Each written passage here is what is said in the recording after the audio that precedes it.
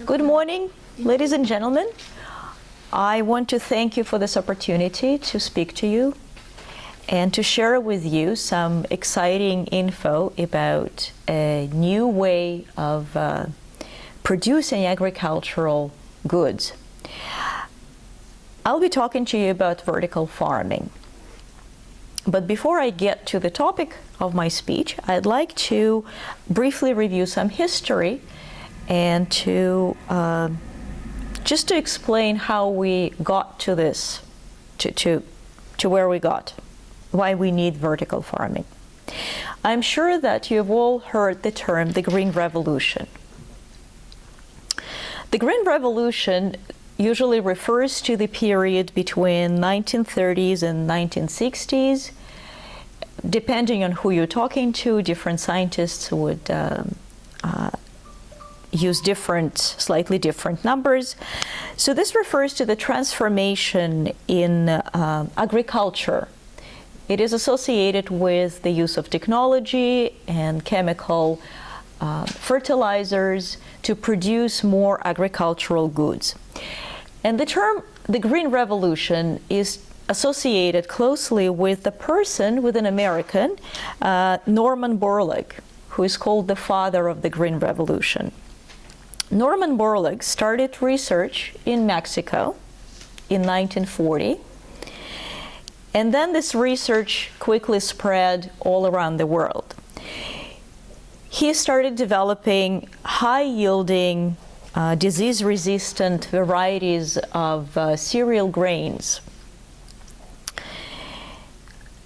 So the results of his research and this Green Revolution were amazing because we were able to feed the growing population of the planet.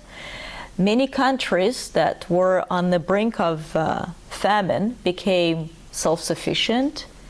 Mexico or India are examples. Mexico at some point started even exporting wheat. So these are the good results, positive results of the Green Revolutions. However, there was also a negative impact. There always is. Everything has its drawbacks. For example, the varieties that Borlaug was working on required the use of fertilizers. So that's how they were cultivated. So they could not grow without the use of chemical fertilizers. So they became dependent on them.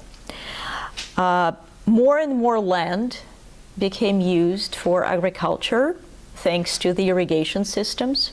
So this is the use of technology, which means deforestation, which means that we're eliminating carbon sinks. The use of fossil fuel, of course, is associated with agriculture. Elimination of biodiversity.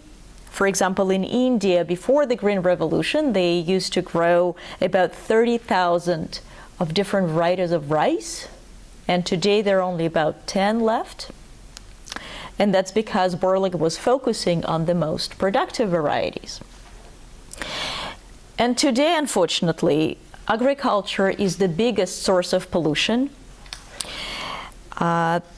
According to the UN estimates, by 2050, there is going to be 9.7 billion people on the planet.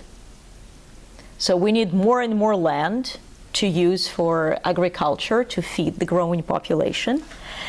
And it is estimated that within the 20 years period, about 80% of the world population will be living in cities. So where will this land come from? So all of those issues need to be addressed, and they need to be addressed fast. So now we badly need the second Green Revolution. And that's where vertical farming comes in. So what is vertical farming? Vertical farming means that agricultural produce is being grown indoors. It's grown in various types of city properties. Often it's abandoned property, such as factories or warehouses. And as the name suggests, vertical farming, it means that the produce is being grown in layers vertically. So the vertical space is being utilized and not just the flat space, right? The way it works, there are plastic containers. They're stacked. Usually it's plastic. They don't have to be plastic, but they're stacked on different layers along the walls. And produce is grown in those stacked containers. And another interesting thing about vertical farming, that it's soil-free. Farmers use controlled environmental agriculture technology, or CEA for short. This technology allows to control, artificially control to factors such as light, humidity, temperature, gases, etc. So there is no risk, or much lower risk, of diseases or natural disasters that can destroy your crops, or pests. Vertical farming also uses drip irrigation systems. 5 seconds? Okay. So in my next speech, I will tell you about 3 types of vertical farming: hydroponics, aquaponics, and aeroponics. But I suggest that we take a short break now, and we'll come back after coffee, refreshed. Thank you.